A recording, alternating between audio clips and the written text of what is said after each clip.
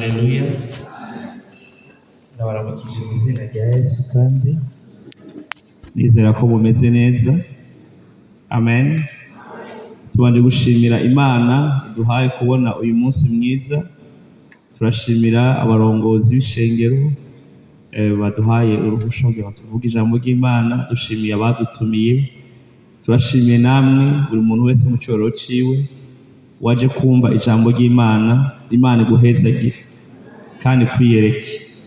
Imana ishimwe. Kandi dusome ijambo ry'Imana mu Zaburi nyene two turasomeramwo 74.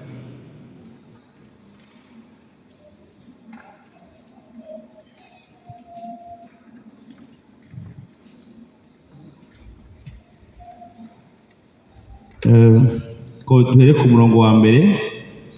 Iyaba Uhoraho atari we yari mu ruhande rwacu, nabe ariko Abisirayeli bavuga ubu. Iyaba Uhoraho atari we yari mu ruhande rwacu, hamwe abantu baduhagurukira baba baratuyongobeje tukibona hamwe ishavu ryabo ryarurumba kuri twebwe. Amazi aba yaraturengeye rwose, isuri iba yararenze ku bugingo bwacu. Amazi asuriranya aba yararenze ku bugingo bwacu. Uhoraho ashimagizwe atadutanze ngo tube inyama z'amenyo yawe. Ubuzima bwacu bukize nk'uko inyoni iva mu mutego w'abatezi. Umutego uracitse, natwe tuvamwo turarokoka. Ugutabarwa kwacu kubonerwa mu izina ry'Uhoraho yaremye ijuru n'isi. Amen. Munyemere dusome kandi undi murongo mu Baroma igice 8, Romains chapitre 8 ku murongo wa 26. Haravuga ngo niko na mwemu adufasha mu ntege zacu, kuko tutazi ko dukwiye gusenga, ariko mwemu ubwiwe aradusengera aniha iminiho itovugwa. Ariko iyisesa imitima irazi ivyo mwemu yumvira, nk'uko Imana igomba, ariko mwemu asengera abera. Kandi turazi yuko kubakunda Imana byose bifataniza hamwe kubazana ibyiza abahamagawe nk'uko yabigabiye. Amen. Imana ishimwe. Iyaba Uhoraho atari mu ruhande rwacu, Imana ishimwe, niwo mutwe canke niho duhagaze twiga ijambo ry'Imana. Ariko je munyemere nze gufatanya umurongo wa 28, Abaroma 8:28, tuwufatanye tuvuge ko byose bifataniza hamwe kuzanira ibyiza kubakunda Imana. Imana ishimwe. Haleluya. Ubuzima bwo kwisi ni urugendo rurerure rugizwe n'ibihe byiza hamwe n'ibihe bibi. Kandi mw'urwo rugendo twese twifuza ko turucamwo tukarurangiza amahoro. Ndazi nawe nico wifuza, nanjye nico nipfuza. Imana ishimwe. Nubwo tuzi ko hari indwara, twifuza kubaho tutababaye na rimwe, tutigeze tugwara, tukazonda dupfa tutanababaye. Turifuza kudakena n'umunsi wa rimwe, nubwo tuzi ko ubukene bubaho. Imana ishimwe. Umuntu ukuntu Imana yamuremye mu ishusho yayo, icyaha kitaramutera, yari yaramuremeye kubaho atakintu na kimwe kimutsinze. Nubwo twaguye kubera icyaha, kwifuza ibyiza kuracari muri twebwe. Imana ishimwe. Nta muntu n'umwe muri twebwe ashaka ibibi, ariko biraza. Imana ishimwe. Haleluya. Uri kurasoma uyanditse Zaburi, ariko aravuga, urabona ko yerekana ko icyo yavuyemo cyose nuko Uhoraho yarari mu ruhande rwiwe, nta kindi. Yesu nashimwe. Ariko hari ibihe yagiye ahura navyo mu rugendo byari bibi. Yesu nashimwe. Kandi ibyo bihe bibi byari gutuma atacavamwo, ariko Uhoraho yabaye mu ruhande rwiwe amuha gutsinda. Imana ishimwe. Ndiko ndabazana cyane kuri umurongo wa 28 mu Baroma, uvuga ko byose bifataniza hamwe kutuzanira ibyiza abahamagawe nk'uko ishaka. Yesu nashimwe. Ndashaka ko turabira hamwe ni gute byose bifataniza hamwe kutuzanira ibyiza twebwe abahamagawe nk'uko ishaka. Yesu nashimwe. Kuko ibanga ry'ishengero, amen, ntabwo ari ubwinshi bw'abantu, ntabwo ari ubwinshi bw'amahera, si ubwinshi bw'indirimbo, ni ukugaragara kw'Imana mu ishengero no kubaho kwayo. Yesu nashimye. Igihe Dawidi aza guhugwana na Goliyati yamubwiye ati wowe uje kuntera, inyuma yawe hari seve, uri umugwanyi akomeye witwaje agakobero, bose bagukomera amashi bakuzi nk'umutsinzi, jewe ndi umwungere ndatswe ataco nshoboye, ariko nje kugutera mu izina ry'Uhoraho Imana y'Abisirayeli wasuzuguye. Uwo ni umuntu yashoboye kumenya ingene turwana n'ubuzima tugendanye n'Imana iri inyuma yacu. Imana ishimwe. Iyo Uhoraho atari mu ruhande rwacu niho niko ndahagarara. Yesu nashimwe.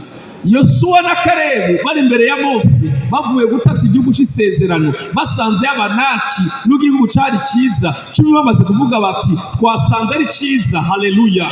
Mwe bajambo bavuga ngo ndakibona ariko singira iki, sinagifata. Twasanze ari cyiza nk'uko Imana yavuze, mugabo inyuma yabyo twasanze y'Abanaki. Bisigura iki? Mana wampamagaye kandi nakumvise, ariko uyu muhamagaro ntushoboka. Mana warampezagiye umpereza urugo, ariko uru rugo ntirushoboka. Mana warampaye umuhamagaro narakwitavye, ariko uyu muhamagaro ntushoboka. Mana wampaye abana narabavyaye, ariko ndakibona sinagifata. Birikivuga gute? Iyo aza kubuhoraho atari mu ruhande rwacu, nandiko ndabazana. Imana ishimwe. Muri iki gikorane ndagomba nongere mbyure mu mutima w'umuntu, ndakwereka ko intsinzi niva uburaruko, niva iburasirazuba, ariko iva ku Mana. Yesu nashimwe. Nitwashobora gutahura Imana iri mu ruhande rwacu, tuzubika imikuba y'inzuzi, tuzozinya umuriro. Iyo niyo ntsinzi y'abera. Iyo tubaje gutazira tuba twaje kwizivuga izina ry'Imana. Imana ishimwe. Indirimbo nkunda kera twakunda kuririmba je byaranze, ubwo ndakunda indirimbo. Imana ishimwe. Rero hagira umuntu azonsengera Imana izondizijwe ko ryo ryaranze, mugabo indirimbo zo ndazikunda. Yesu nashimwe. Yaririmba gutya: umuntu ashimira uwamugabi, unagashimira uwamuhaye, jewe ndashimira umwami Yesu yarambabariye. Avyumvise? Iyo umuntu agiye kwivuga yivuga uwamugabiye, natwe tugiye kwivuga twivuga uwatubabariye. Imana ishimwe. Niki bisigura? Iyo aza kuba Uhoraho atari mu ruhande rwacu, umukiri umunyabyaha. Iyo aza kuba Uhoraho atari mu ruhande rwawe, n'uririmba indirimbo, kuko turi cyo turi kubw'amaraso ya Yesu, turi cyo turi kubw'ubuntu bw'Imana. Iyo aza kuba Uhoraho atatujeko, atatwibutse, atagusanze ahandi, uyu munsi nta shimwe ufise. Ariko Imana ishimwe yaraje, haleluya. Turafise ishimwe riva ku Mana. Hari ibyo yakoze, hari ibyo yadutabaye, ariko saho ndiko ndaje, ndiko ndavuga ngo nejo tutabona, nejo tutazi, Uhoraho yabanye natwe azobana natwe. Imana ishimwe. Sinzi umuntu ndiko ndabwira ijambo narizanye ntawe nzi, mugo nje kwibutsa umuntu yuko niba Uhoraho ari kumwe natwe turabajya bwa mutima. Ikibazo si ibyo turwana, nuwo turwanana. Ikibazo si ibyo duhura nabyo, nuwo tubijyanamo twibana nabyo. Ikibazo si ibidutera, nuwo turwanirira. Ikibazo si icyo rero, ntiturabe ibitugwanya, tubanze turabe ko ari kumwe natwe. Yesu nashimwe. Tujane buhoro muraza gutahoraho ngiye. Yesu nashimwe. Haleluya. Kuko ndifuza ko muri iki gikorane Imana ijuri inyota yo gusenga y'abana b'Imana mu izina rya Yesu. Musubire kwiyugana, musubire gusenga, musubire gukunda kuba imbere y'Imana. Mwumve ko niba Uhoraho ari kumwe nanje ndabirangiza, niba ari kumwe nanje nabone ntashye. Yesu nashimwe. Yobu yabwiye umugore wiwe, ariko araribwa, abana bapfuye, ibintu byapfuye. Yesu nashimwe. Aramubwira ngo ndazi ko umucunguzi wanje. Umugore yaramubwiye ati tukimana kuko nta kintu usigaranye, ufise ibibazo. Ariko Yobu aramubwira ati jewe rega. Yesu nashimwe. Uvuze nk'umu bagore b'ipfapfa, ariko yongera kandi murabyo ko yageze igihe arabimushikira. Mugabo yarabizi Yobu imbere y'uko ibintu byose bitangura, ku mucunguzi wahari. Nubwo akoze arahari, nubwo atari karakora arahari, nubwo umenga yasivye arahari. Ndashaka nawe uvuga uyu munsi ndazi ko umucunguzi wanje arahari, kandi nibyamara kurangira azohaguruka avuga ijambo rya nyuma. Rona mu nama nshinga amateka, abashinga amateka baravuga ibintu byinshi by'ibiro byabo. Iyo nyakubahwa Gerard afashe ka kantu ko hejuru agakubita gutya pa, birangiye tayari. Ibyo utavuze n'ibyo wavuze byose bihomberamo. kubera iki? Imana ishimwe. Hari uwundi ari hejuru y'abantu avuga ijambo rya nyuma, induru z'ingwara zigaceceka, induru zose zigaceceka. Uwo ni umwami wacu. Niba ari kumwe nawe aravuga ijambo rya nyuma, ashobora kureka abantu bose bakavuga, ibintu byose bikavuga. We ndakunda umuntu avuga ijambo rya nyuma, avuga kenshi. Oya, kwavuga ijambo nyuma ntazi gutera inkuru, ntatangura. Uvuga ngo abanza kurindira ibivuga byose bikavuga, bihejeje kuvuga byose akavuga. Shengo ry'Imana turi kumwe. Yesu nashimye. Burya hari ahantu ngiye, hari ahantu ngize iki ngiye, nshatse kuvuga iki rero. Igihe cyose Imana igendereye umuntu ikamuganiriza, ikamuhamagara, ikamuha amasezerano, yamiguhamagarira ibintu izi kudashoboye. Igihe cyose Imana ihamagaye umuntu ikamugenderera, ikamuha amasezerano, yamihamagara umuntu imuhamagariye ibintu yonyene izi ko adashoboye, kugira ngo agendane nayo mu kubishobora. Amen. Ndasubiramo. Imana iguhindura umugabo uhora uri umusore, ikugira umugore uhora uri inkumi, ikugira umubyeyi utarabyara, iguha akazi ukageza amashuri. Urwego rwose Imana ikugezako, irukugezako ibizi neza ko ntuzi neza ingene ivyo bintu uzobitunganya, mugabo irazi ko niwabana nayo uzobitunganya. Imana irakunda kuduha ibiturusha inguvu kugira ngo tutibwira ko turi Imana. Intege nke zacu zitubwira urukundo rwayo, ubwoba bwacu butubwira ubwizigirwa bw'Imana, ibitunanira bitubwira amaboko yayo. Byose bifatanyiriza kugira iki? Kutuzanira ibyiza. Ndiko ndagenda. Iyo Imana iduhamagaye, iduhamagarira ibikorwa byayo bikomeye, byaje amugeze kuri Zerubabeli.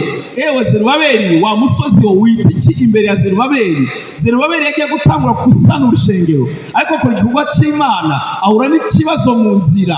Imana ishimwe, arahagurukirwa n'abakomeye. Ibyo atashobora gutsinda byasa n'umusozi, ariko biravuga ngo Yesu nashimwe, si kubw'inkomezi zawe, si kubw'ubwenge bwawe, ariko ni kubwa mpemu wanje, ni kubw'ukuboko kwanje. Iyo aza kuba uhoraho atari kumwe, niho mpagaze. Ndashaka ishingiro ritahura yuko sans Dieu tout est impossible. Atamana nta buzima, itarimo ntibuhari. Imana ishimwe. Niba twibagiye Imana, biva ngo igipfu kibwira ngo nta Mana ihari. Igihe cyose mu buzima wibagiye ko ukeneye Imana, mumbabarire nciye bugufi, ububaye igipfu. Urwego rwose wogera, ubwenge bwose wogira, igihe cyose ubyutse mu gitondo ukibagira ko ukeneye Imana, ukumva urazi kubijera, ukumva urazi kubikora, uwo mwanya nyene ukibimenya kubizi, bibiri kwita iki? Igipfu. Kubera iki? Ibintu byose duhamagarirwa gukora, ibi duhamagarira iki ko tudashobora kubikora, kuko ibyago byo mu nzira bitugwanya. Abatugwanya badusumbya inkomezi, ako tubatsindisha Imana yaduhaye kubikora. Imana ishimwe. Haleluya, haleluya. Niba dufise ishimwe ryaho twageze kubera Imana, muze tutere n'ibindi bisagara kubera Imana, tuzobifata kubera Imana. Muze dukomeze dukorera Imana kubera Imana, tuzotsinda kubera Imana. Muze dukomeze kwizera Imana no mu bidashoboka. Iyakoze ibya kera izokora ibigiye kuza. Ni ikindi kunazana kwishengero gibuka ko icondi ni Imana yakingize, nico nzoba nizokingira, bidahinduka nzotsinda. Haleluya. Imana ishimwe. Haleluya. Hano hagaruka agaciro ko kuza gusenga. Abantu benshi ntibakija gusenga, ntibagisoma Bibiliya kuko bumva bitari important, bumva bitakenewe. Iyo ibibazo byakubise muhira, yumva bitakenewe ko asenga. Arakubwira ngo none gusenga bisana amahera, gusenga biratuma mba mu gasho, none gusenga bisa kumara iki? Gusoma Matayo na Luka biramarira iki? Ukuri ko abantu mu ishengero bataye Imana kandi basenga, batonda mu mubiri ngo batazi kwizigira Imana mu bibazo. Haleluya. Turi kumwe. Ngaho rero Imana iduhamagaye, iguhamagaye uko yahamagaye Dawidi, uko yahamagaye Aburahamu, uko yahamagaye Yosefu, uko yahamagaye abandi bose muri Bibiliya. iyo iguhamagaye ikaguhamagarira ibigusumbya inkomezi, Yesu nashimwe, ikurungikira ikintu bita ibyago. Yamugeza ngo ibyago ni ishure ry'Imana kandi ntuzigere ubihunga.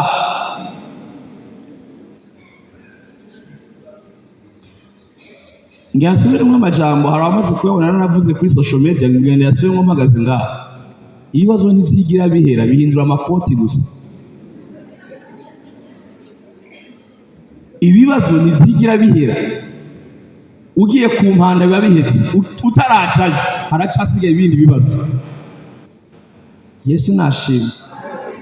Ariko Imana yacu ibitsinda byose atana kimwe kivuyemo, bigacika amapete y'abana b'Imana, bihindura ikoti nayo ihindura ibikoko, ikomeza gutsinda. Yesu nashimwe. Rero hakaba ari umuntu yiteze kugerana atagira ibibazo, ni ku mpanda aba aragenda kare. Agende kare bamutware.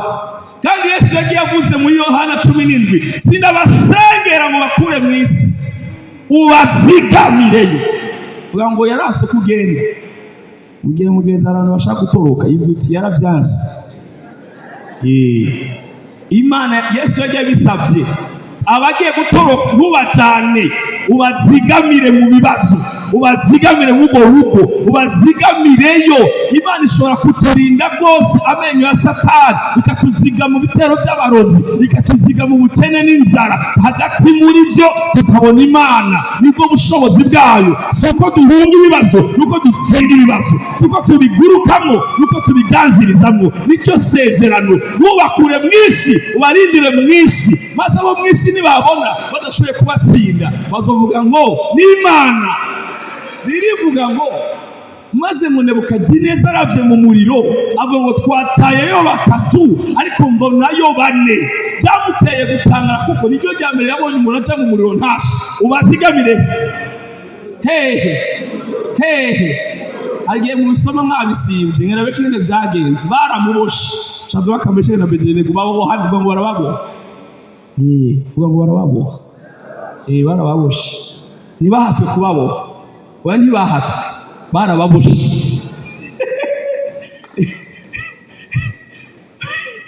Neza baregerana, amagufa arakocoka, atego nimwihakana Imana wapi. Barabaterura bongeza itanure, ntiryase kwaka, nta gitangaza cyabayemo. Yesu nashimwe. Umuriro uraduguwa mwinshi. Shaduraka yarazi Imana yaza gukangwa nuko bagira babaterereye. Reka barabaterura babashikana mu muriro, abasirikare ba mbere barapfa, barabatererayo, barabajama ariko baratibuka mu muriro. Nibaza ko bagiye bararaga mu mutima ati muhungu wanje kanaka nagusezeye ko sinzogaruka. Bamenye ko bari kumwe n'Imana bageze indani mu muriro. Imana hari gitakuza imbere ikuza inyuma. Ndaza kubabwira ico bisigura Imana ituje inyuma. Hari gihe Imana itatugendera imbere, hari gihe Imana itugendera inyuma. Abisirayeli bavuye muri Egiputa, marayika w'Imana yagendera imbere yabo, bageze mu kiyaga gitukura barahagarara. Bamaze guhagarara Mose agira ubwoba. Bibiliya ivuga ngo maze marayika ava imbere agenda inyuma y'Abisirayeli, ahagarara hagati y'Abanyegiputa hamwe n'Abisirayeli. Maze ngo mu Bisirayeli haguma umuco, mu Banyegiputa hacura umwijima ukesha ijoro ryose. Abisirayeli ntibigeze bamenya na gatoya ko marayika naho batamubona ahari.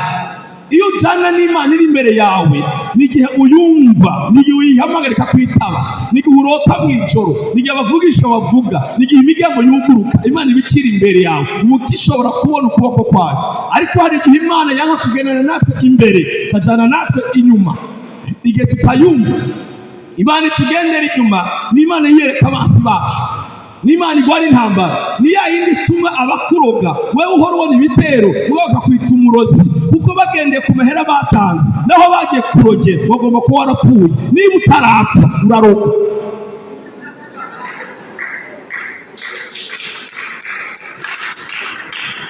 Imana ishimwe. hari igihe Imana igenda ikicara muri biro aho bakorera inama zikugira nabi, ikica inama zose, uyu muntu dutangira bikanga araroka, ibishoboka oya, nawe utayumva iri kiravuga, iri kirakora aho utabona. Imana iri inyuma ntivuga, Imana iri inyuma ikora mu kibanza muri Kayabasi, nisubira gukorera bera, ija kure mu basi. Igihe abanyabibembe bahaguruka bagiye gutora injya mu Basiriya, bazi ko bagiye gupfa muri Kayabasiriya, bumvise amafarasi, ariko abanyabibembe ntibigeze babyumva, bari biteze ko bakerera, basanga hari y'injya, kuko Imana yabageneye inyuma. Hari Imana ikora ibintu twe tudahari, ikabikora iyaza kuba Uhoraho atari kumwe natwe.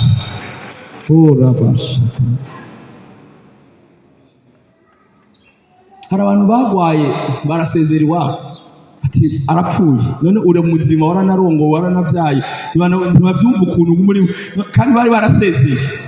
Hari abantu badubuye uhira bakora inama yo gutahana muhira, none uri lisansi, nk'ukuntu wadubuye ukaba uri lisansi, nawe urabyimye ukumva urumye. Yesu ko atari Uhoraho, haleluya, Uhoraho yaguhaye guheza.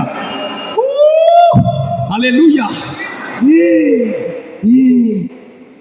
Hari umuntu yaguranye aragurana kugera igihe abura n'ibyo agurana, none uyu munsi uragurana abandi,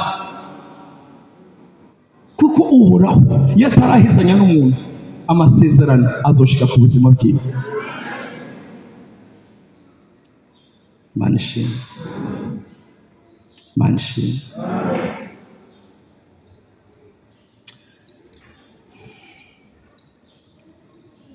Iyo Imana ihamagaye umuntu,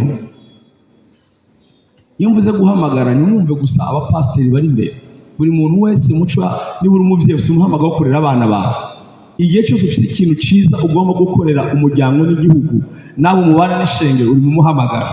Imana ishimwe. Kenshi iyo umuntu ahamagara mu ntege amatwi agwanywa na bene se.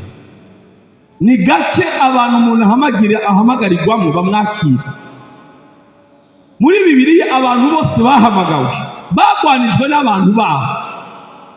Dawidi igihugu yasigiwe gutwara, yamaze imyaka 13 akiyereramwo, atagira haba kubera umuhamagaro w'ubwami. Yosefu umuhamagaro wo kuba umukuru w'umuryango watumye abo bavukana bamugurisha, abo muja kure y'umuryango kubera umuhamagaro w'iwabo. Umuhamagaro birivuga ngo yaje mu biwe Yesu, ariko abiwe yajemwe ntibamwakiriye. Yagiye i Nazareti agiye kubabwira ubutumwa, bati ako gahugu ko kwa Yosefu imisumari yacu tuzi ko karanayizana, kirirwa kambaye ikabutura kabaza ngo ni umwana w'Imana, ngo agerageza gukiza. Abagira komantere bavuga ko abakize i Nazareti yakijije ibipfamatwi n'impumyi, bo batigeze bamumenyaho amakuru, kuko iyo umuntu ari impumyi akaba atanumva, abona umuntu arengana ntamenye iyo ava n'iyaca, nibo bonyine bakize.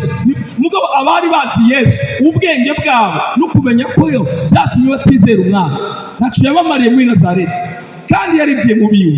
Pawulo igihe cyose yagenda mu Bayahudi baramukubita, kandi yarabakunda, yavuze ngo niho byose aba gupfa, ndakunda Abisirayeli kugira ngo bakire ubutumwa bwiza, nopfa nibo banamwishe, ariko ntiyigeze bumva.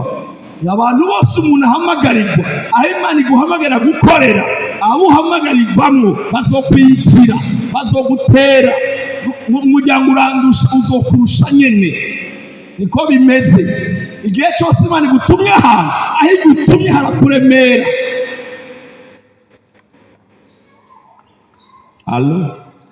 Iyo uhamagaye kuba umucuruzi urahomba kurusha abandi, kandi ufise umuhamagaro wo kudandaza. Kibaza none ni jewe Imana yaravuze nyine, kubera iki? Atamana nta buzima.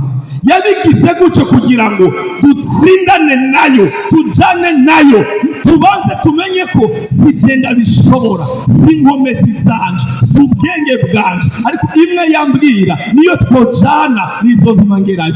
Uhoraho niba ari mu ruhande rwawe uzobajya bwa mutsima. Ndashaka ishengero ry'Imana ibintu bitahura, intsinzi yawe iva ku Mana ufise mu buzima bwawe. Imana ishimwe. Arengera ntamwe mvuga ikintu gikomeye. Abantu mwubatse ingo mudasengera muhiri wanyu, mu nzu mufise ibibazo. Abacuruzi mudasengera ibyo mukora mufise ibibazo. abaririmbyi mudasengera umuhamagaro mufise ibibazo, kuki Imana ntiyigera na rimwe imanuka ahantu batayihamagaye? Imana yacu ni Imana y'ubucuti, nkunda bankunda kandi abandondana umwete bazombona. Iyi tuvuga ducima Imana tugomba kugira aho tuyihamagarira, aho imanuka ikadusanga. Haleluya! birivuga ngo ahantu bazondonderera ngo nzobasangaho ndahabahera umugisha. Iyo turiko turavuga ibihwanye no kugendana n'Imana, turiko tuvuga ibihwanye no kubakira uhoraho igicaniro, turiko turavuga ubuzima bushingiye ku masengesho. Mumbabarire ndiko ndivugana amosozi, ni iki nicyo cyatumye abana b'Imana batagera iyo baja, cyo cyatumye tudatsinda mu ntambara. Tuvugisha Imana umunwa ariko ubuzima bwacu nibufatanye nayo. Turazi kwakira iby'amajambo meza twumva n'amasezerano n'indoto, ariko ntituzi kwicarana amasezerano. Muri Bibiliya ikintu cyose gikomeye cyavutse cyabyawe n'amosozi y'abasenzi, cyagendeye ku bitugu by'abasenzi, cyazanywe n'abazi kuririra Imana. Atabasenzi bahari, atabahamagara Imana, ijuru risa n'iryugaye, ubuzima busa n'ubugaragwa, kuko Imana ntipfa kumanuka mu bantu, izanwa n'amosozi n'ukurira kw'abinginga. Abo batakambira Imana umurongo n'ijoro nibo bashobora kuzana ubwiza bw'Imana. Ngo bibaha muri Bibiliya, umunsi Yesu avuka agiye nyuma y'iminsi 8 mu rushengero, yasanze umugabo witwa Simeyoni. Birivuga ngo uwo mugabo yari yarabwiwe n'uhoraho Imana ko atazopfa atabonye Mesiya. Kubera iki? Yari umusenzi, yari umuherezi, yari umwinginzi, yari imbere y'ishengero. Hari umupfakazi witwa Ana amaze imyaka 80 ari mu rushengero atakamba arindiriye Mesiya. Impamvu Mesiya yaje, hari abasenzi bari bamurindiriye, barindiriye isezerano ryavuzwe imyaka 700 mu kanwa ka Yesaya. Ndamubona. Ariko wowe kuva Imana ikuganirije, wubatse igicaniro cy'uhoraho, kuva Uhoraho akuganirije, kuva Uhoraho akubwiye, kuva Uhoraho agutumye, kuva Uhoraho agusezeraniye, urafise igicaniro aho uhora ufukama urindiriye. Uko yatanga kuba Yesaya ati nguriye ndamubona, ariko hari igihe bazovuga ngo nguyu namubonye. Simoni yavuze musezeye umusavyo w'amahoro, kuko yari afise umwana w'Imana mu ntoki. Abasenzi bakira ibyo abandi babuze, ibyo abandi biti bidashoboka bicika ibisanzwe mu biganza by'abasenzi. Iyo mvuga abasenzi sibajya mwita abasenzi, n'umuntu wese yahinduye ubuzima bwiwe igicaniro c'Imana, aho yiyugarana ugasenga Imana. Haleluya! nta muntu avuga amen azabaye iki? Haleluya! Imana ishimwe. Amen. Igihe bafata umugabo witwa Yakobo bakamuca umutwe, basuye gufata Petero, ishengero riravuga ati ntawe dufise yoshobora gutegeka Herode, ariko hejuru ya guverinoma yo mw'isi turafise ubwami mw'ijuru, turafise umwami w'abami, turafise nyene umuhamagaro. Uyu Petero bafashe ni umwami Yesu yasize abwiye ngo ragira intama zanjye. Ishengero riravyibuka ko naho bamufashe afise isezerano ngo nabera baramusengera, bakesha ijoro ryose basenga. Mu maze mu gicugu Petero aryamye, marayika araza acagura imigozi. Ishengero ry'Imana n'uyu munsi biracashoboka, abamarayika ko bava mw'ijuru bakaza mw'isi, bakaza iwawe, bakaza mu gasho, bakaza mu bitaro, bakaza muri banke, bagasanga butoshikira, bagategeka butotegeka, bakamena ivyo utomena, bakinjira utokinjira. Amasengesho yabera, amasengesho yabera akebura amarembo y'ijuru, yemerera abamarayika kumanuka, ubwiza bukaza mw'ishengero, ibitangaza bikomeye bireza ubwenge bwacu bikaza, maze isi kubaha ishengero, isi igatera ishengero, kubera ko bifise Imana. Suko tuzi ubwenge, suko twambara neza, nuko Imana ibana natwe. Haleluya! Haleluya! Mu gitondo Herode agiye guhiga Petero, asanga Petero yasohotse cyane, kubera amasengesho yabera. Urafise umuntu waje mu gwaje amaze imyaka myinshi, urafise ibitaro bitagira igihe, amasengesho azubika gukomera kw'iyo ngwara, amasengesho azovuna gukomera amanyama y'abakomeye, amasengesho azokuraho akarengane, amasengesho azimura kanseri, azofuta ubugumba, azosubiza inyuma ibikwegereye ku marembo, azobitegeka, azobivura, azovyubika, kuko uri hejuru y'ibintu byose. Umwami wawe ari kumwe nawe. Bana bato ntimutinye, ukuri muri mwebwe arakomeye cyane gusumba uri mu bisi. Ijambo ry'Imana rivuga iyo tubana tugenda nka Dawidi. Satani uje kuntera, narumvise abo wishe, hari abo wanize, hari abo wagwishije, ariko je naho ndi muto ndagutera mu izina ry'Imana. Yesu agiye gusezesha ngo yavuze gute? Ndiko ndabatwara ku kintu ushaka. Yababwiye ngo narose ububasha mu ijuru no mu isi, genda ndi kumwe nawe.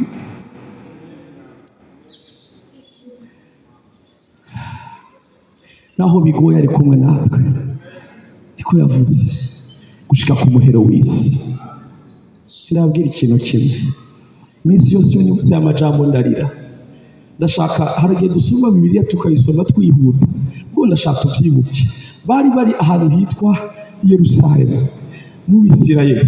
Ntibari bwigere baza ngo bahure n'abarozi bo muri Nigeria, ntibari bwahure n'abarozi mu Buhindi. Bari abagabo 120. Imana ishimwe, haleluya.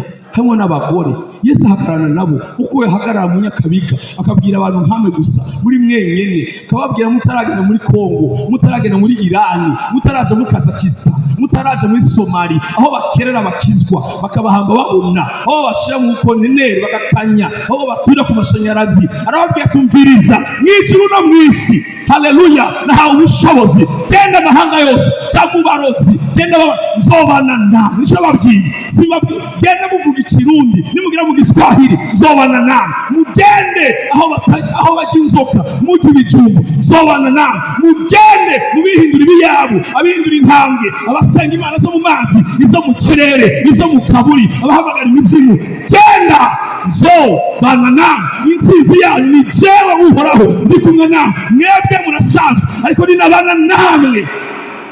Shengero murapahura ibintu. Ndiko ndavuga gukora ku Imana n'ishengero ry'Imana. Mwibagire ibi bintu byo kuvuga ngo ndaze nta kimwe tuzi. Uhoraho muri twebwe n'ubushobozi bwacu.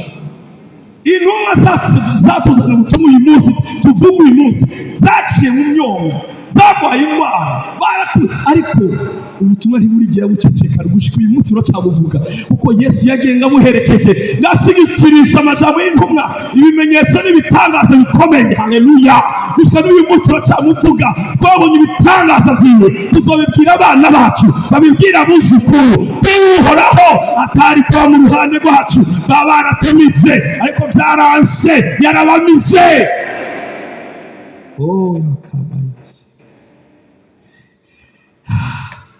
Amen. Umunsi ndiko ndagenda ahantu ushaka. Amen. Hari ahantu ndiko ndashaka. Imana ishimwe. Amen, amen.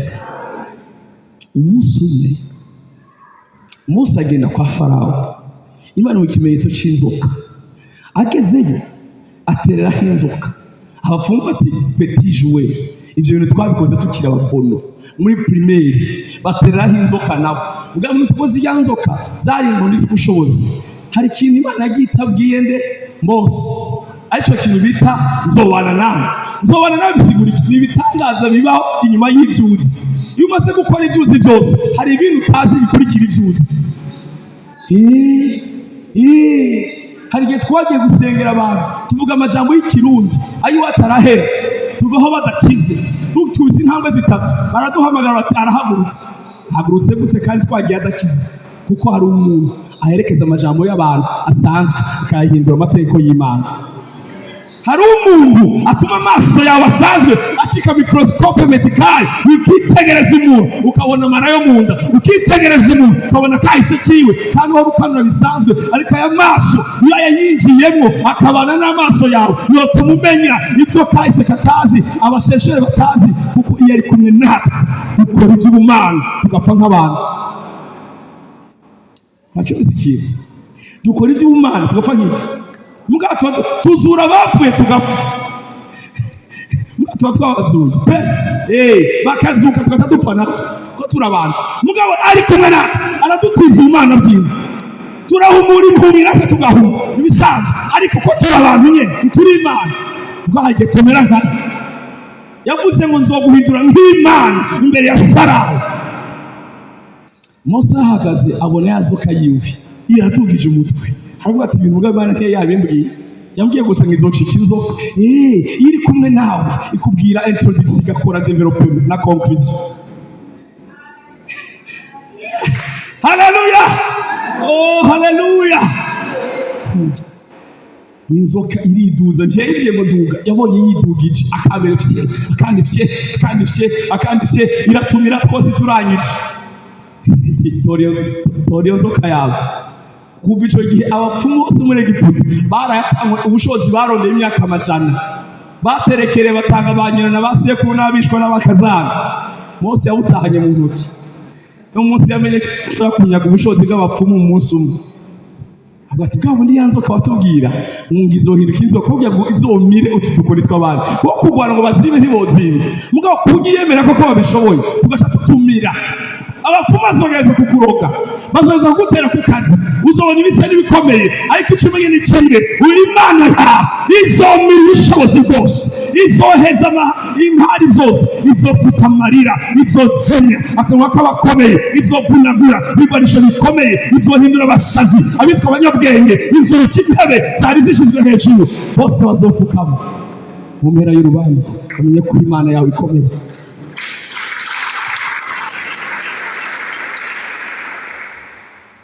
Nuko twirata Uhoraho rero. Iyo ugiye kubona ibyo bitangaza byose bakubwiye ngo urakomeye, ucucugumye utekane ukuri kw'Imana. Iyi nzoka jewe nivyo naheruka yambwiye ngo ngihinduke inzoka, ibyo gusimba gutya igakizimira niyo yabikoze. Je yambwiye ngo maniki kiyanza ngo mukire, ibyo gukiza kasi niyo yabikoze. Je yambwiye gusanga abasabira umugisha, ibyo gutanga amahera niyo yabizanye. Naho byashobotse icyo rero cyayo kuko niyo yabikoze. Jewe yambwiye introduction gusa, ariko development na conclusion niyo yaciye ikora. Pawulo yavuze ngo twe twaravuze ubutumwa, ariko Imana yaciye imeze. Twavuze n'ihane, ariko niyo yatumye mwihana. Twavuze n'izere, niyo yatumye mwizera. Twavuze mukundana, niyo yabahaye urukundo n'icoro kibi cyayo, yatabuhoraho yari mu ruhande rwacu, baba baratumize, ariko none twarabamize. Bamwe bizigira amafarasi, bizigira amagare, barapenze, ariko twebwe twiziga izina ry'Uhoraho, turahagurutse tuvuye hasi, turemye. Niko nabasigurira ikintu bita ubushobozi burengeye bw'ubupfumu, ubushobozi burengeye Misiri, bunyegejwe mu masengesho y'abera. Eliya yari umuntu nkatwe, ajya nkawe, ajugumira nkawe. Murabizi ko anahahamutse akakwiyahura munsi y'igiti cya giti cyangwa cyitwa cy'umuroteri, aradeprima. Abantu bazi ko pasteur batadepura deprima ego umuntu. Dutwaye ubushobozi mu nzanja zibumba zimeneka. Uvuye kubakanga wese nabo Yezebeli avuze urarujugumira. Ariko ikiryoshe Imana yafata izi nzanja zibumba zimeneka ikazihindura ibibombe bituritse amahanga. Tuhegeye kwemeza abantu cyadupfa. Byo muzango uzopfuje mu ijuru. Kumaze kwibabwira uzopfuje mu ijuru. Basi ntacyo nawe utababwiye kandi yakubwira uzopfuje mu ijuru. Ariko tutarapfa Imana izodukoresha ibikomeye amahanga twite ko dusa n'utumana. Tubabwiye tuti iyi Imana yacu ntiyikunda, ikora idutiza ubushobozi bwacu tukagaragara nk'Imana, twarangiza tugapfa nk'abantu. Ariko ntacyo naho dupfa nk'abantu tuzaba twabaye umutumana duto. Uwo n'umugisha w'amasengesho y'abera. Nagira ngo umuntu yibwira ngo ndi umuntu, Imana ikoresha abantu, ntikoresha abamarayika, ikoresha wewe nyine. Eliya yari umuntu nkatwe, ajya ibijumbu, ajya akabenzi, ajya brochette, urabyumva. Yari umuntu nkawe, yamara ipantaro, yari umuntu nkawe yihindukiza mu gitanda. Ariko Uhoraho wasenze, Eliya arasenga, maze ngo imvura arayihagarika. Eliya yari umuntu nkatwe, adidinganya akasura mu Gifaransa, yandika avec des fautes grammaticales. Yari umuntu nkatwe, atwara nabi imodoka, umunyabwoba, ajugumira. Yari umuntu nkatwe, bahora bakoze ati wakoze n'abakazi, wowe urahengamye, uri maraduwa. Yari umuntu nkatwe, afise inetere hamwe n'irende, inzara zireze cyangwa zigufi, afise imirundi ikomeye. Yari umuntu nkawe, ariko atarasenga. Rero ugiye umuntu avuze ngo ariko biba bihombye. Iyo umuntu akubwiye ngo ngiye kuguha miliyari 10, ariko tumenya ko azibutse. wongeye ko ariko yabihombye. Nubura kubwiye ngo ndagukunda cyane ariko menya ko urukundo rwaheze. Yongeye ko ariko bihekeye guhomba. Yari umuntu nkatwe twisuzugura ariko yaciye amenya ingene akomera. Hamwe n'Imana turakomeye, turabarya bwa mutsima, dutegeka ikirere, ibicano biratwumvira, inyamu z'amazi zirahunga, abarozi baratemba, imitima y'abantu iremera. Turamenyeshwa n'Imana ibikomeye. Kubera iki? Verse 26, Rome 26, uko niko na mwene adufasha mu ntege nke zacu. Nagira mbwira umuntu wese muri iki kibanza, mu ntege nke zawe hari umufasha mwemu yarazana kugira ngo udatsindwa ku munsi w'ibyago, aho utsere, aho ugiye gupfira watsindire. Uko niko na mwene afasha ishengero.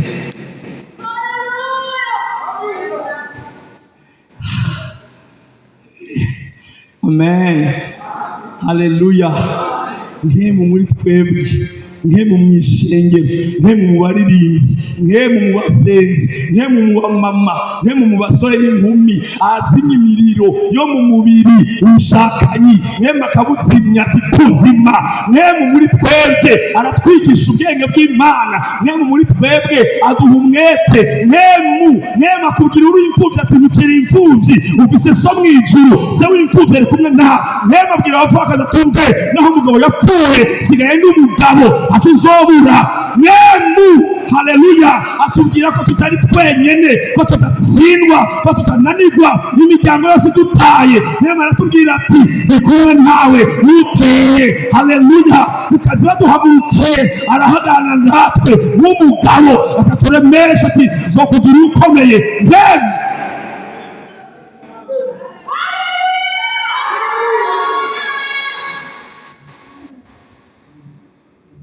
Mwemu niwe mushikiriza wacu, niwe duhereza ikiva ku Mana, niwe duha gutsinda izikomeye, niwe duha icyubahiro, niwe twubahiriza. Haleluya. Iyo tugiye gusenga nitwe tugiye kuborobwa nk'abana b'imfubyi batagira gitabara, tuba duhingiye ku mugabo akomeye n'umwana yirukira kuri se w'umujenerali. Tuba tugiye guhamagara umugabo asumbye abandi amaboko. Iyo dusenga nitwe tunaniwe, iyo dusenga tuba tugiye kuzana intervention. Haleluya. Kugira ngo umwasi yadutwenze aduhunge anyitse aciye mu nzira ndwi, atari uko tumusumbye ingufu, kuko uhagarariwe n'ingwe acapfuma. Itaza kuba ruhoraho, yatabara impemu yera, yatabara ubushobozi bw'Imana, yatabara Imana. Uwo waraguye, fata ibyaha wakoze n'ubu uracakijijwe. Mwemu yarakwemeje yuko Imana ikigukunda. Mwemu aracakwigisha gusenga, mwemu aracagukundisha Bibiliya. Mwemu yera aracavugira muri wowe amasezerano y'Imana, akubwira ngo uzobaho ntuzopfa. Uvuga amasezerano y'Imana.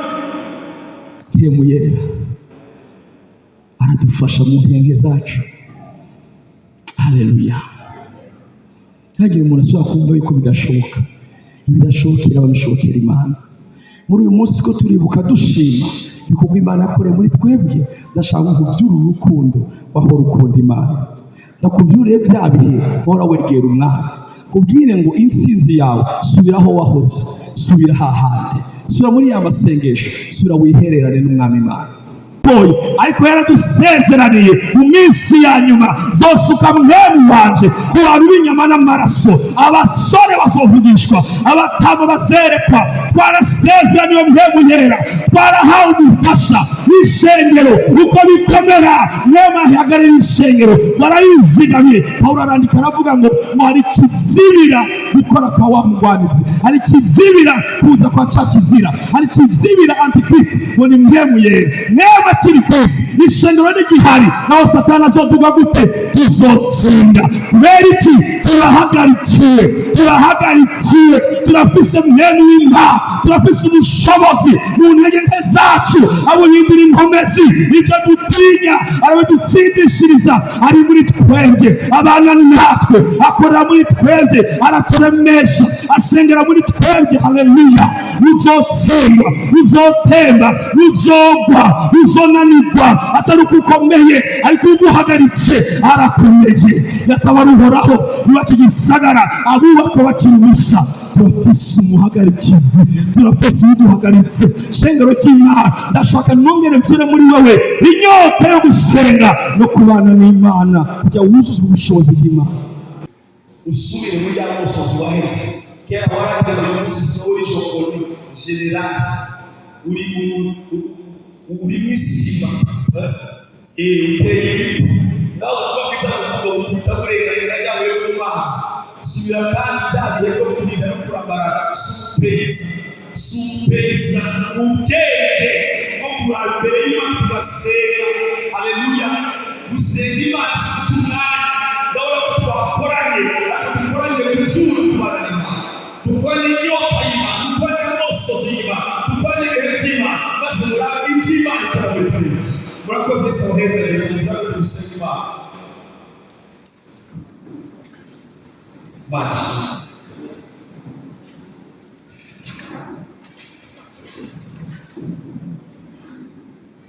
amen. Cyangwa dusenge Imana. Yesu nashimwe. Amen. Bibiliya ivuga ko Yesu yamusezeraniye umwitsi. Amen. Aravuga ngo icyo nicyo kibamarira no kugenda kuko ni ntagenda umwitsi ntazoza. Iyo tugeze kuri wa no kuvuga mwe n'ubushobozi bw'Imana, hari abantu bashaka kutumva amahoro bitari important, ariko kandi bisaba bw'Imana uyisaba.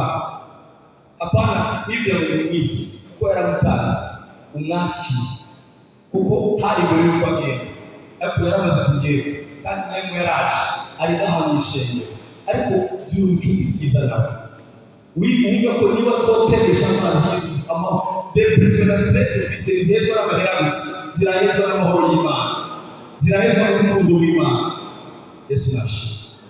Katima k'ikiganiro gusenga ubwete Imana ndashaka umwihemo wawe subiza ubucuti bwacu nawe wewe wamatije muri mwemwe y'umutima nyongera kandi kuzuza mwemwe biva mu mwami n'umusenge Imana yuzuza mwemwe wawe, yuzuza ubuntu bwawe, yuzuza inzuzi z'amazuri, yuzuza urukundo rwawe, yuzuza amasengesho, yuzuza data mw'izina rya Yesu. Mana data twese wo hejuru, uri Imana y'ibitangaza n'ibimenyetso, uri Imana ikomeye kandi Imana ihambaye, uri Imana y'ubushobozi, uri Imana y'ubuntu budasanzwe. Mw'izina rikomeye rya Yesu turi imbere yawe Baba, utuzanire ijambo byose bishoboka hamwe, utuzanire ibyiza. Iyo ataba Uhoraho, iyo ataba Yowewe, tuba twarabiswe mu nzira, ariko Mpwemu Yera wabana natwe n'ubu turaje imbere yawe. Data mw'izina rya Yesu, reka utwuzuze ubuntu bwawe, reka utwuzuze ibyiza bwawe, ugendere ishengero ryawe, yuzuze ubuntu bwawe Baba, reka utubatize, reka utembeshe amazi y'ubugingo, reka utembeshe amasengesho. Ndakwinginze usenge Imana ikomeye inyota, ndakwinginze usenge za ndirimbo zavuga muri wowe zongere zivuge, za ndoto wahomye ubwanjye zongere zigaruke, ya ndoto y'ijambo ry'Imana ko kuvuga ubutumwa bwiza. Reka usenge Imana, ongera ubatize, ongera ugendere, ongera ureko, ongera ugendere, ongera usige, kuko Mpwemu Yera n'ishengero ari muri iki kibanza, uko umubwira arakumva, uko umubwira abana nawe arakuzuza, aratembesha inzuzi muri wowe, aratembesha ibyiza muri wowe, aratembesha ubushobozi muri wowe, aratembesha umuntu muri wowe, arakuzuza ubuntu bw'Imana, araguha kwizera, araguha umunezero, araguha kwitinda, arasubira kuganira. Oh shakora maye katamo desaboneba mera to shakora maye mw'izina rya Yesu Kristo w'Nazareti. Yewe yaramutegereje twaramuhawe, wowe utembesha inzuzi, wowe ukora kwa papa, wowe ukora kwa mama,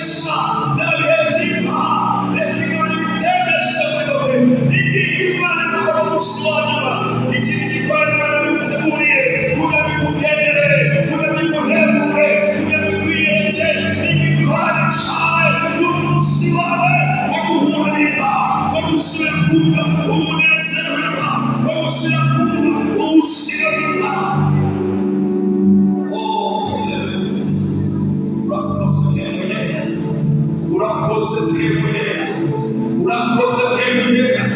Bamwe abahereza umubabaro, utawe kumva umubabaro w'ubuzima bwayeho, wisaza basubira inyuma, bari bagiye kubarinda, arabasozi uza kubagaruka, utahorabuka, Bana abahereza umunezero, aragukiza ibikomere, arakuruhura imitwaro, batutuma biyumvana irusha, arakubera ubwikorezi bw'imitwaro, arakuruhura, aragukiza iyo ndwara, arakubohora, ari hano mu iki kibazo, turi mu byiza bwiwe, usomeza mu kazazi, rekubere, rekubere kuri we, wowe gusamara, wowe kurana abandi, Bwana, reberera, Mana korako, Mana niyereje, Mana niyemerera, kuruta kera, ubura ijuru ryawe, ugenderere.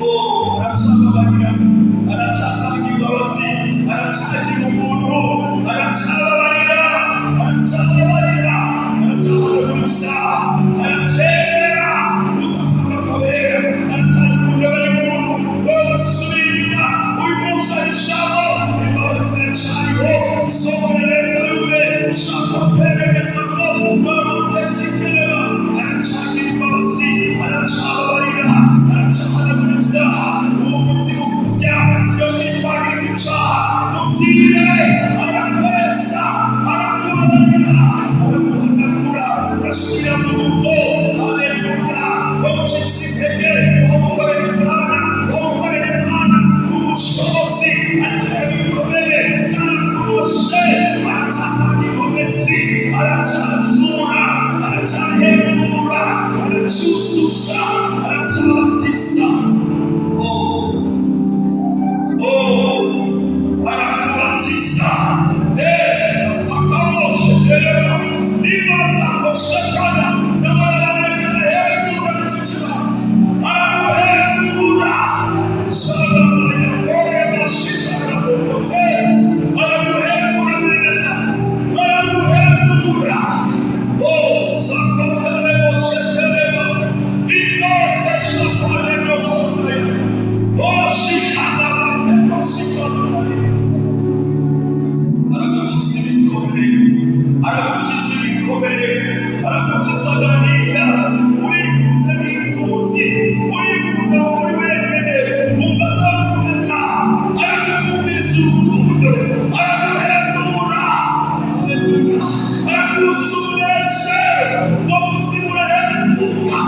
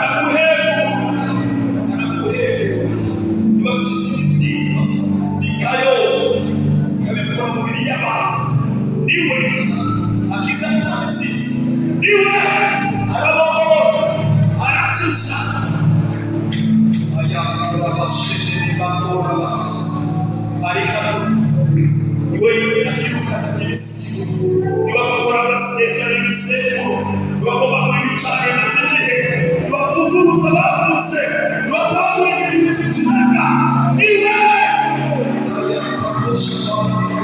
Mashete rekoposo tarabakosheteleba korabashikaraba santarabaye rakatana basandaraba yoshokumanikira amaboko bahagaze cyangwa wicaye bumva kugendagenda ku Mana, bumva kugendagenda ku Mana, bumva kugendagenda ku Mana muri icyo kibanza, bumva kugendagenda ku Mana icyerekezo zose z'Imana ubuntu bw'Imana bwise urushengero ariko aragendagenda imbere n'inyuma aho uhagaze arahashika hagati arahashika yesu perete soprede supa shete rakotoshi brano sato biko senterebe koshia genda uhendura bishengero genda ubatize kandi wohore sepereko sekaya yakura umuriro bishengero batiza mu muriro batiza mu bushobozi batiza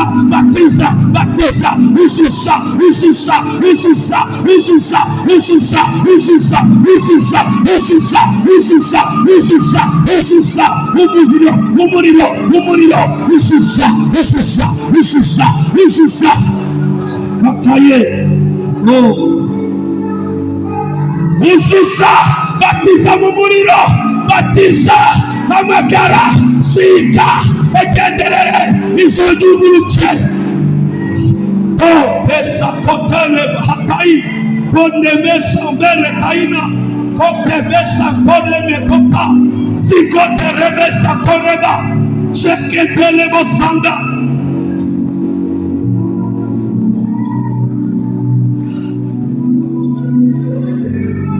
ariko aragendera benshi ariko arabatiza n'abantu uruzi rutemba mw'ishengero sayemereta yoketeremo n'umuhogo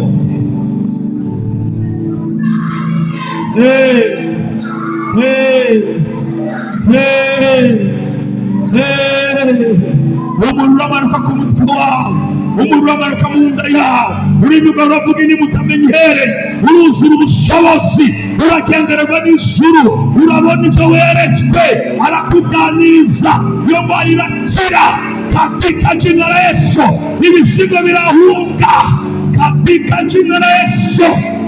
Oshakanabaye urakoze muri Yesu, reka umushimire, reka umushimire, reka umushimire, reka umushimire, reka umushimire, reka umushimire, reka umushimire, reka umushimire, reka umushima urakiri, reka umushimire, reka umushimire, reka umushimire, reka umushimire.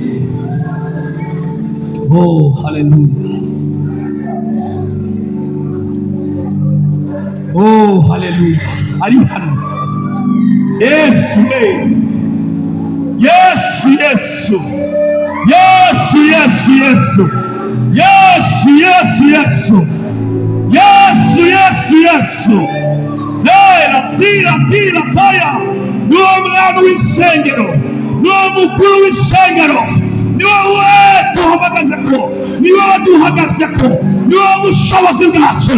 We know.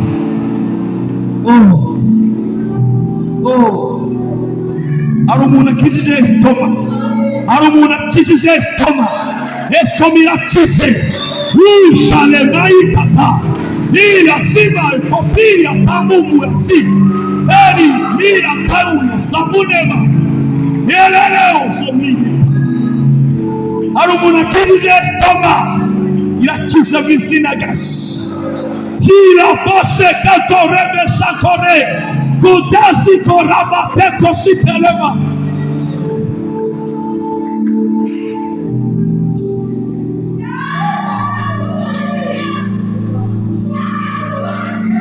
Yes.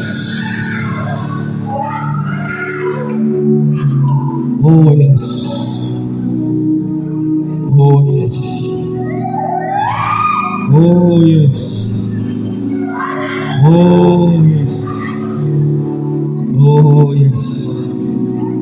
uri intare, uri umwami, uraganje muri twebwe. Orabashaka,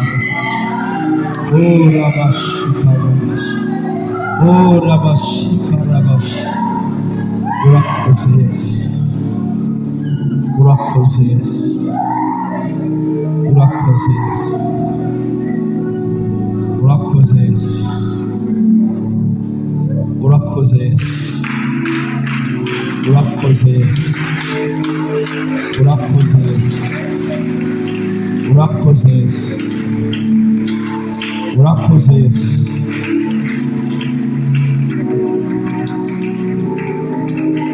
Nikana gusa ufata aho urwaye canke ikindi kintu wizere gikomeye, ndumva umutima w'impuhwe w'Imana, ya la compassion de Dieu ici, birivuga ngo amurabana imbabazi. Ndabona umuntu agenda mw'ishengero afise mushware nyinshi n'imiti myinshi, akurabanya imbabazi. Ushobora kumaranya igihe iyo ngwara, ushobora kumaranya igihe ivyo bikomeye, ushobora kumaranya igihe ibihe bigoye, ariko hari imbabazi z'Imana zikiza ingwara zacu, ya la compassion de Dieu. Ushobora kuba urugo rumazemo ibihe rugwaye rwaranse, imbabazi z'Imana ziratuma ibyapfuye mu muryango bikira. Abana bananiranye, abagabo bananiranye, abadamu bananiranye, ubugumba bwananiranye, uyu munsi ndumva imbabazi z'Imana, la compassion de Dieu, impuhwe z'Imana. Ufasha urwaye, ndashaka wizere, ntakubwira ngo yakugiriye impuhwe, yakurabanye imbabazi, yakurabanye imbabazi. Umupfakazi w'Inayini apfishije umwana umwe w'ikinege, Yesu amwumvira imbabazi, la compassion de Dieu. Data uri hano mu iki kibanza kandi wazananye imbabazi, utugiriye impuhwe, uturavye byiza, utunze urutoki indwara zacu. Hele pamo simeyaka, ukuboko kwawe kuramvuga mw'ishengero, abo bateretse ibiganza byabo, dedi mikatone beshandoya mitekere petosika, ndategetse mu izina rya Yesu gukira gushike mu mibiri yacu, ubunyene bwore bugende, uburibwe bugende, uburibwe bugende aka kanya mu izina rya Yesu. Ole betere kote samura taya, sherete korebete koshi, besu tereke pandozaya. Numva indwara ziriko zirakira, nimusaba, ya la guérison de Dieu, ya la main qui guérit. Hari ukuboko gukiza, aho ufashe urakira, ubunyene mw'iki kibazo, iyo ndwara irakira, uburibwe burakira, urakira, urakira, urakira. Oh, wowe wizere umuryango, wizere ikibazo gikomeye, n'imanza zikomeye, hari imbabazi z'Imana zaje. Paobete do mu mezi atatu Imana y'umutabaye. Data ndaseze, rero uyu munsi nta tuvugiye kuri uru rugo, tuvugiye kuri uyu muryango, tuvugiye kuri iki kibazo, kubw'imbabazi zawe turategetse mu izina rya Yesu, twizeye ijambo ryawe, turahagaritse iki kibazo. Warugo we nukire mu izina rya Yesu, warubanza nurangire, amadeni narangire, karengane karangire, au nom de Jésus, au nom de Jésus, au nom de Jésus, au nom de Jésus, au nom de Jésus, au nom de Jésus. Izina rya Yesu. Oya palashi. Haleluya. Ubugume buhagarare n'izina rya Yesu. Gushiza karibi.